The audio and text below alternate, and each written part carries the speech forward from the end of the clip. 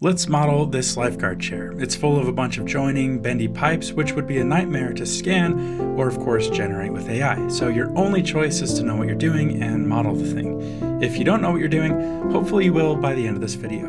In Blender, import some scale reference people. It's always good to have scale reference so you know your model is roughly the right size. If you don't have scale reference people, you can download mine on my Patreon.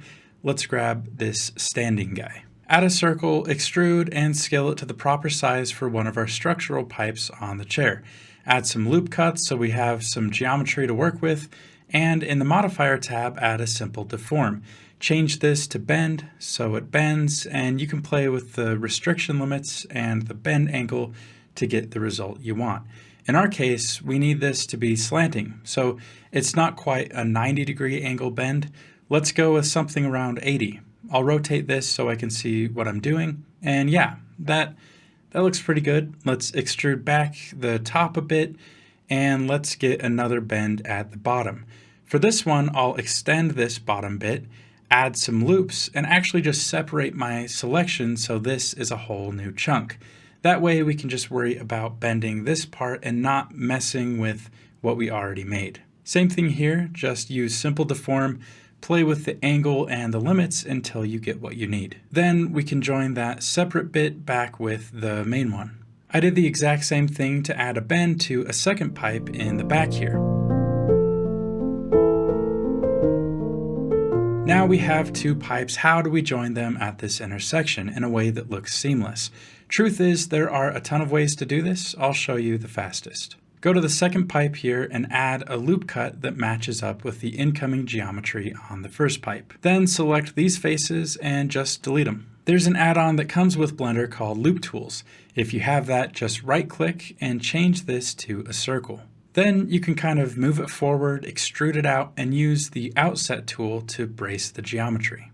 Honestly, with how quick this method is, I think it's the best for this scenario. You can always slide verts around after the fact to clean up the look of things. Let's extrude out some feet for the back here, and these chairs have wheels on the front so you can tilt them forward and move them around. Lifeguard was actually my first job when I was like 15 or 16. I did it for 2 years, which if you haven't lifeguarded, it's either the most boring job on the planet or the most exciting one. As you can imagine, it changes pretty suddenly, but I got to save a life, which was pretty cool. Just like a kid drowning and their dad wasn't really watching. He was like on his iPad reading a book, which PSA, if you take your kids to the pool and they can't swim, probably don't read a book.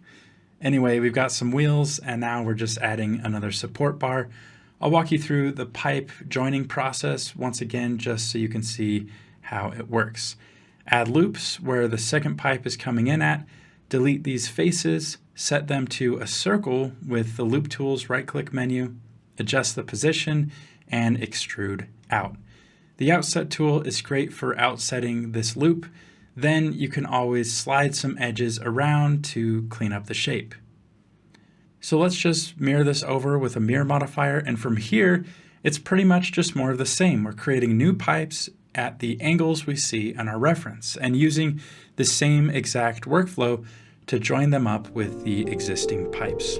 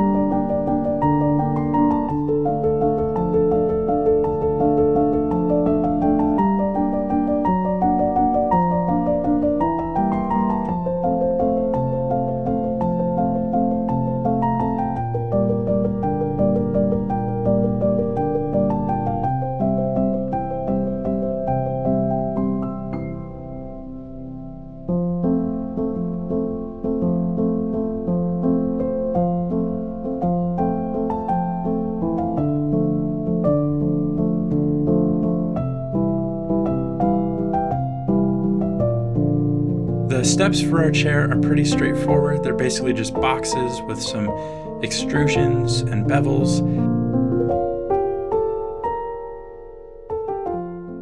And I'll just use an array modifier to array them up and slant them back for all of the steps. We have a little platform on top, which again is basically just a box with some extrusions and some bevels to brace various edge loops.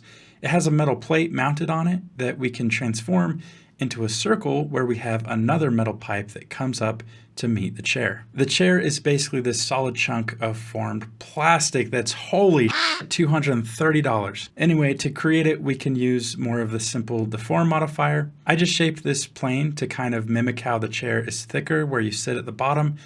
And if simple deform isn't really working as expected, it's because your object orientation isn't right. To fix that, we can just add an empty, and in the deform modifier, use that empty as the origin point and rotate the empty around until it looks right.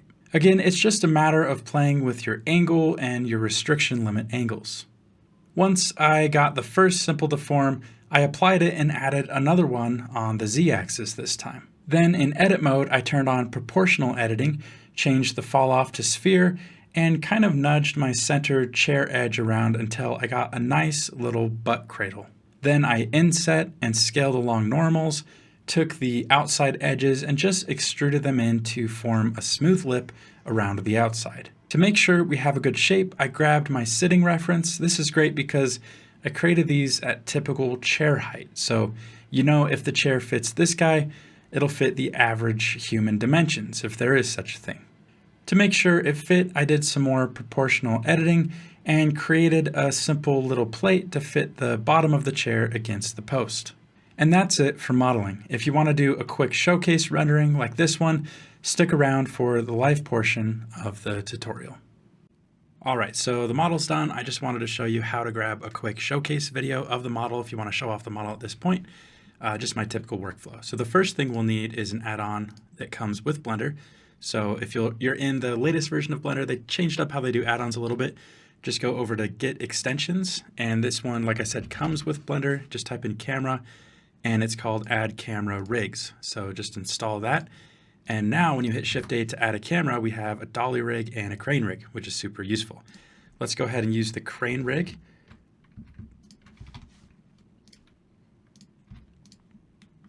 And as you can see, we have this whole setup. I think I'll render this for social media. So I'll do 1080 by 1920, so it's vertical. And that's nice. What I like to do at this point is vertical split the viewport, so I have one with the rig and one that's looking through the camera view. And at this point, you'll notice we have these controls, and to actually get into them, we need to go into pose mode. So hit Control Tab, or you can come up here and switch to pose mode. And now this is where the camera's aiming. So we can aim it here. And then here we scale these up and down. This is like a crane rig. It's super, super useful. So let's actually come at it from a bit of an angle at the side here so we can see more of what's going on. And let's go to keyframe 1. I think 250 is maybe a little bit much. Let's like do 150 frames. And what I'm going to do is, let's see, let's aim at where I want to aim.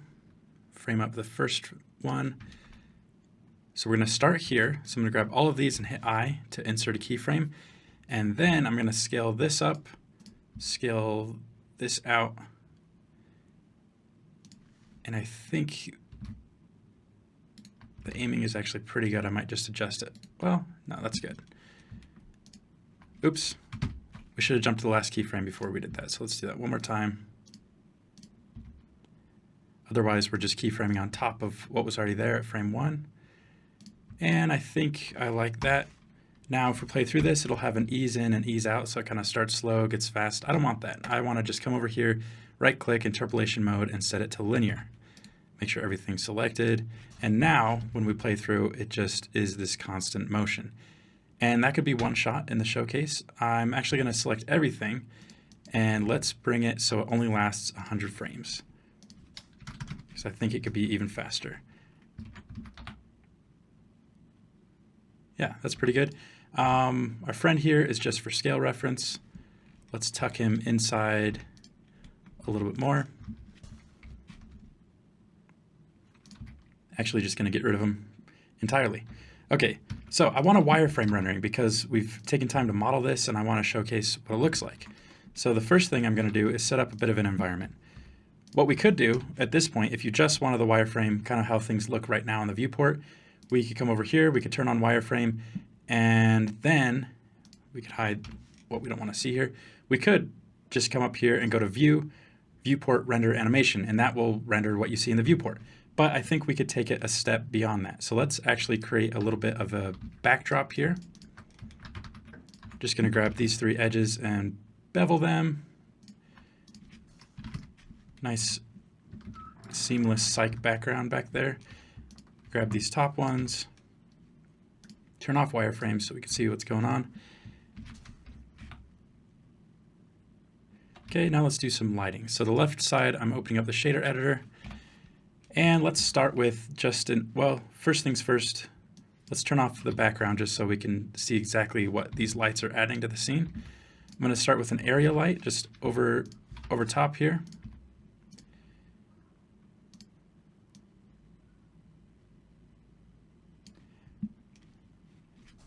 I'm going to duplicate that with Shift D, rotate it on X.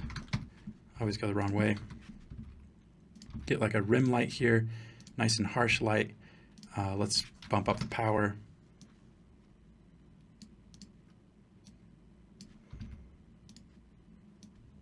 You can grab this little yellow dot, which is really nice. Let me hit Control B and limit what I'm seeing here. Oops. Yeah, that just helps you aim exactly where you want it, which can be really nice.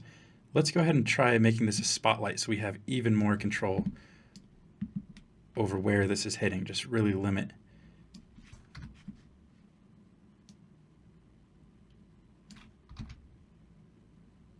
Yeah. Then I don't want those harsh shadows, so I'm going to increase the radius a little bit here. Increase the power even more. And I'm going to do something similar for this side, although this one's going to come in at a much stronger angle. And let's do some color contrast. This is like a very basic common setup you might see. And I actually like the background being dark. So I'm going to exaggerate that even more, bring up the roughness. I really just want this to stand out against the backdrop.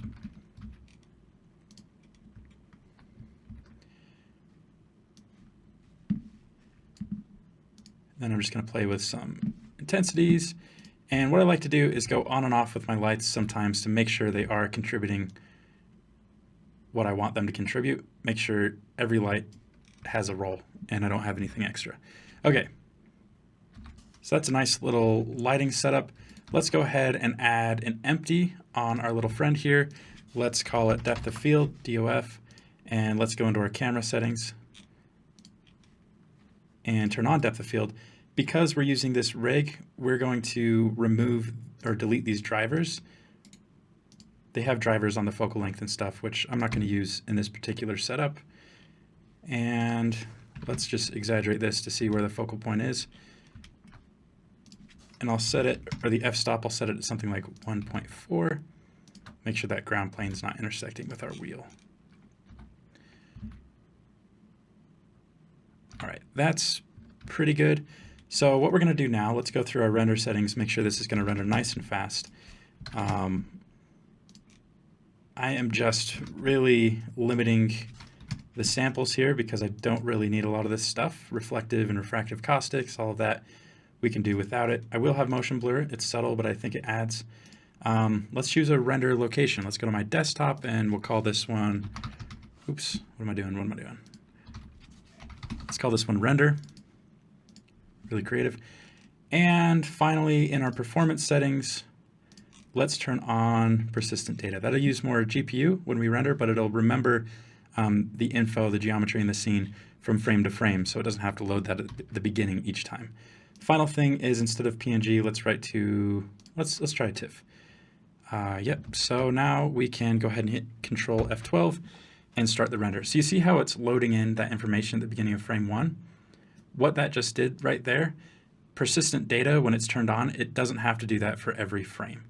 So now I'm just looking through and, one more thing. If you're using the latest Blender, this is really going to speed things up. So right now it's taking around 6 seconds per frame. Let's go back. 2 things I want to do real quick. Let's go to the denoise settings and let's say use GPU. That's really huge. That's really going to speed things up. Let's also lower the sample count since we're using denoising. And last thing, this isn't related to render time, but I do want to use the compositor just to add a little bit more contrast. Let's use a color balance node, increase, let's change this to offset power slope. This is kind of like contrast, and this is kind of like the exposure. That's the best way I can put it. But you could see with and without that, it's just a little bit more punchy, which I like. Okay, so now let's give that another render. Remember last time it was 6 seconds per frame, and now we're looking at around 3 seconds per frame, closer to 2 seconds. So that's much more manageable. Yeah, we're doing, 100 frames. So that's 200 seconds. That's only going to take 3 minutes to render through everything. I will catch you again when we get through the render.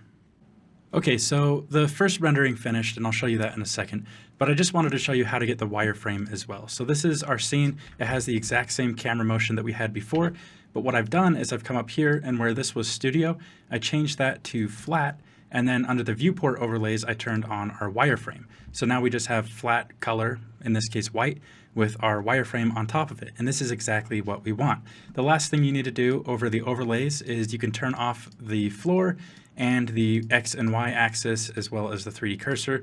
We don't want any of that getting in the way. The final thing is you can come down here under color management and you can set this instead of AGX just as standard because we want it to be pure black and white. If you have this little orange dot that's getting in the way, it's under overlays. I believe it's extras. No, not extras. Let's see, origins. There it is. You can just turn off origins as well. And now to render this, what you see in the viewport, first thing you want to do is change the output so it's not going to overwrite your existing rendering, which was right here. So I just created a folder called Wireframe. And then to render this, you're not going to hit Control F12. You're not going to come up to render like usual. Instead, you're going to go to View and then Viewport Render Animation. And that's going to render even faster. It's hardly any render time just because it's using the viewport itself. And now in DaVinci Resolve, which is free, you can go download it now. What you can do is, as you can see, we have the 2 renderings. We have this one here, and then we have the wireframe that we just created. And again, those are on the same timing. And so what you get is when you put the wireframe over the top of the rendering, we can see what that looks like. What we could do is set the wireframe, the wireframe rendering. If we come over to video and scroll down to where it says composite, we can change this from normal to multiply. And the opacity is how we can control the strength of that wireframe rendering on top of our base rendering. As you can see, there's your final result. We have a nice wireframe. The reason we don't use Blender's shader editor, the wireframe node in there, is because that actually triangulates the mesh. So if we want to show the nice quad topology that we have, this is one workaround that I find that is pretty fast to set up and works really well. So thanks for watching this. I hope it was informational for you. If you want to go check out the rest of the asset creation process for this Lifeguard chair, that's UV unwrapping and texturing and optimizations and everything else that I do to get it ready for my series, the next episode I'm working on, you can go to patreon.com/RileyB3D. That's where all of my training, all of my assets, everything is going up. I just launched the Patreon. So I'd really appreciate it if you go support that. You can watch the rest of the training. If you go check when this video comes out, it might not be up quite yet, but it will be up in coming days. So thanks again, and I'll see you in the next video.